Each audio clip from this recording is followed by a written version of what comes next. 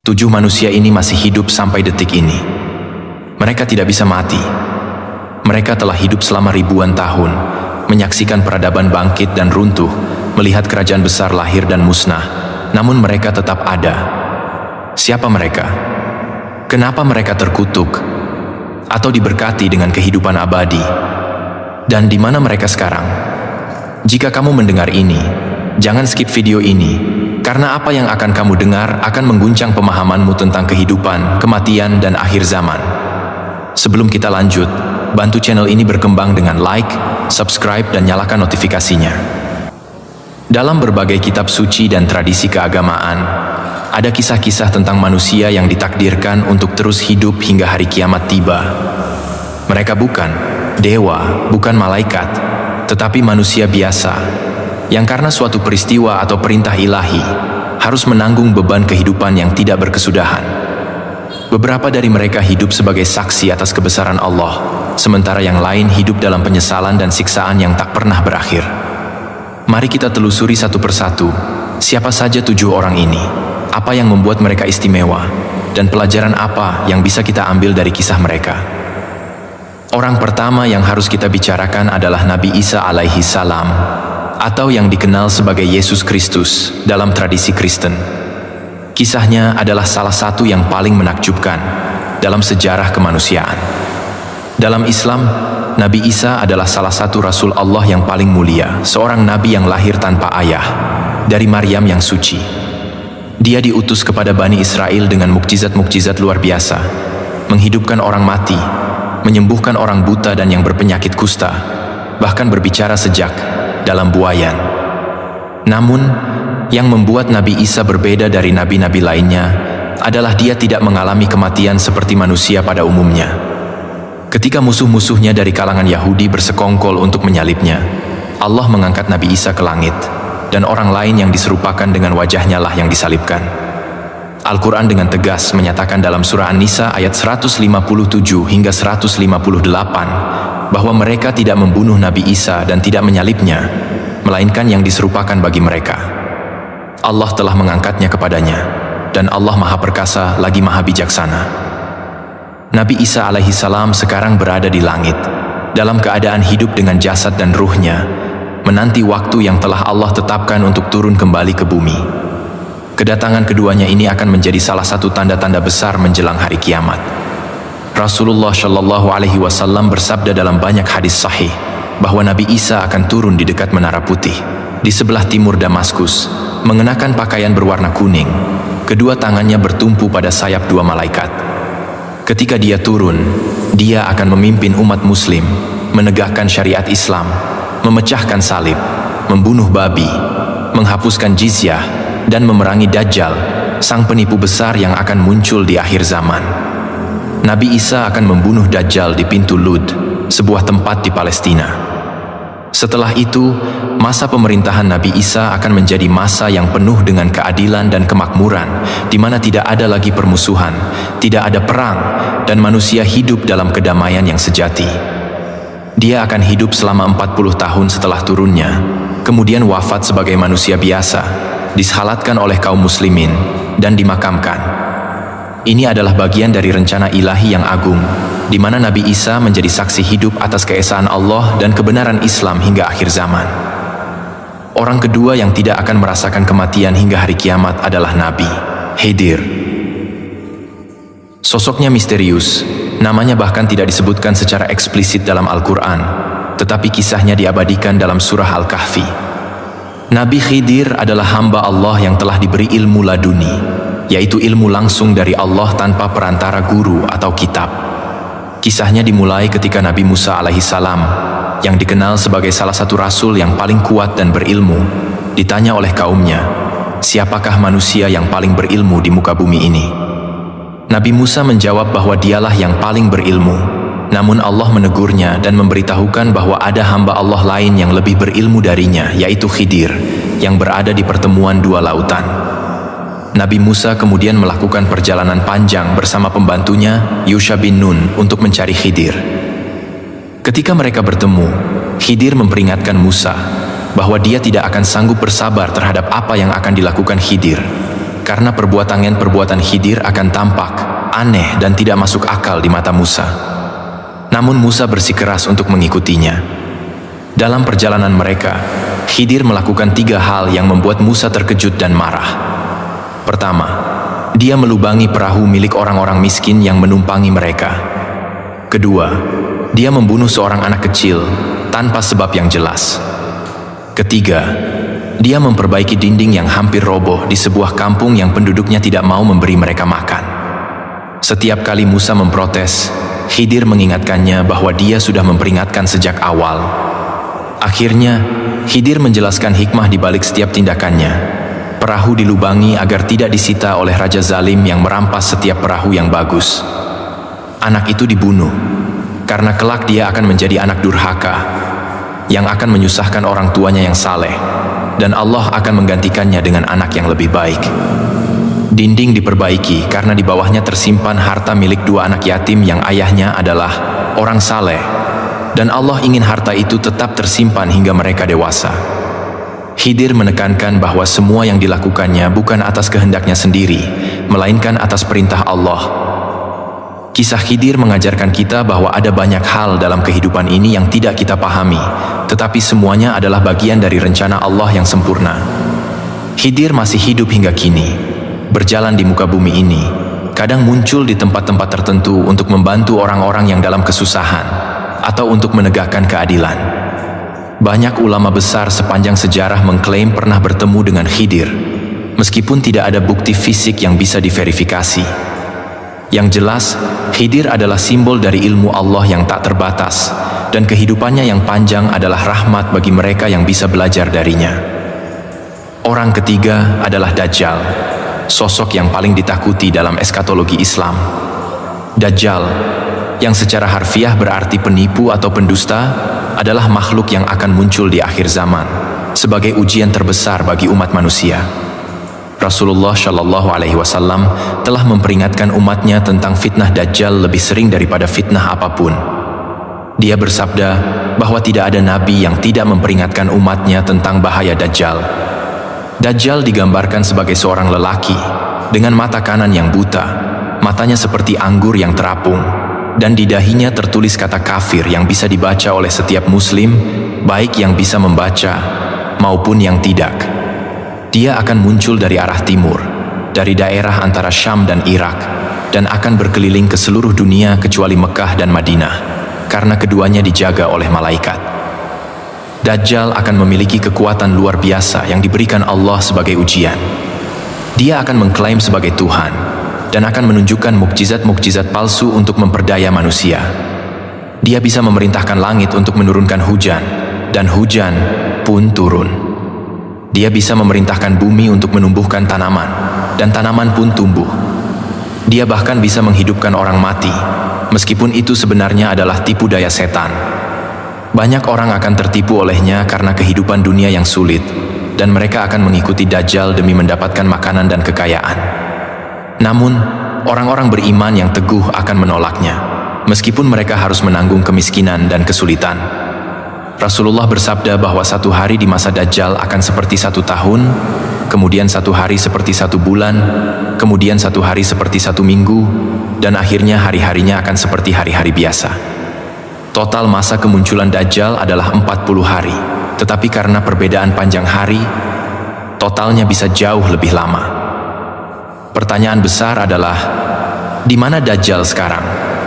Menurut hadis sahih yang diriwayatkan oleh Muslim, Rasulullah menceritakan kisah dari Tamim Ad-Dari, seorang sahabat yang dulunya Kristen sebelum masuk Islam. Tamim menceritakan bahwa dia dan sekelompok pelaut pernah terdampar di sebuah pulau setelah badai.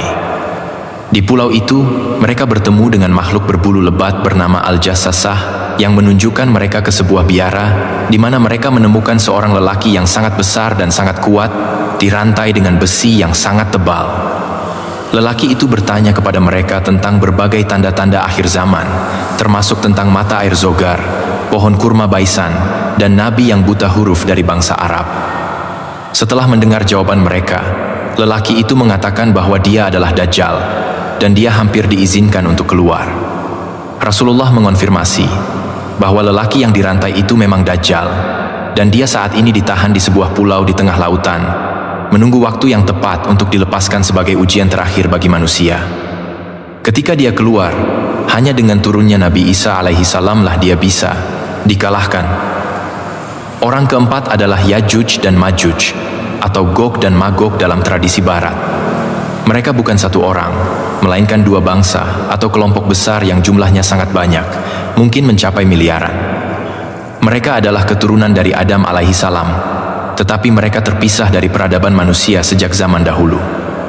Kisah mereka disebutkan dalam Al-Quran dalam surah Al-Kahfi dan surah Al-Anbiya.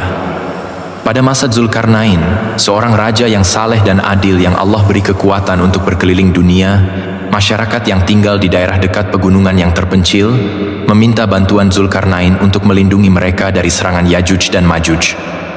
Mereka mengatakan bahwa Yajuj dan Majuj adalah makhluk pembuat kerusakan yang sering menyerang dan merampok mereka.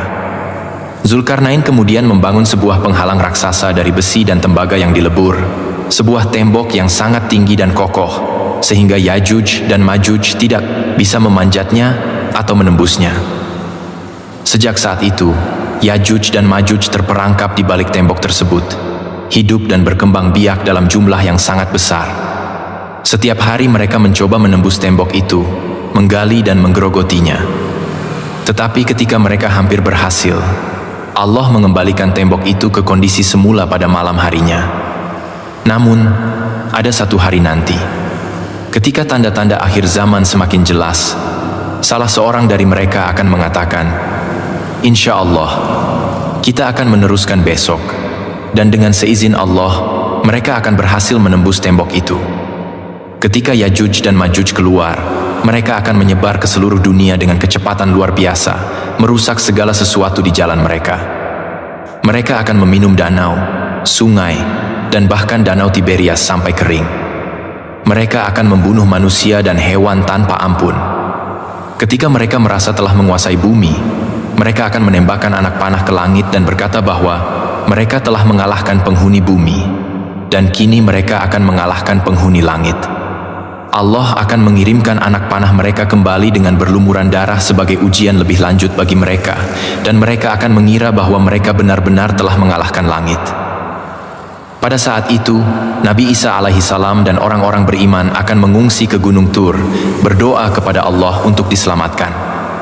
Allah kemudian akan mengirimkan sejenis ulat atau cacing yang disebut Nagaf, yang akan menyerang leher Yajuj dan Majuj, membunuh mereka semua dalam semalam.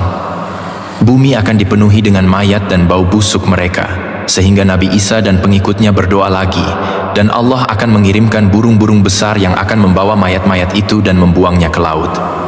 Setelah itu, Allah akan menurunkan hujan yang membersihkan bumi, dan kehidupan akan kembali normal dengan penuh berkah. Yajuj dan Majuj saat ini masih hidup di balik tembok mereka. Jumlah mereka terus bertambah, menunggu hari ketika mereka akan dilepaskan sebagai salah satu ujian terbesar bagi manusia. Orang kelima yang tidak akan merasakan kematian hingga hari kiamat adalah seorang lelaki yang dikutuk oleh Nabi Isa alaihi salam. Kisah ini lebih dikenal dalam tradisi Kristen sebagai kisah Ahasuerus atau The Wandering Jew, tetapi ada versi serupa dalam beberapa literatur Islam. Menurut cerita, ketika Nabi Isa sedang diseret untuk disalibkan oleh orang-orang Romawi, dia melewati rumah seorang lelaki Yahudi yang menolak untuk memberikan air kepada Nabi Isa yang kehausan, bahkan mengusirnya dengan kasar. Sebagai hukuman atas kekejamannya, lelaki itu dikutuk untuk tidak pernah mati, melainkan berjalan di muka bumi selamanya hingga hari penghakiman tiba. Dia akan mengalami semua penderitaan dunia, melihat orang-orang yang dicintainya mati satu persatu, tetapi dia sendiri tidak bisa mati.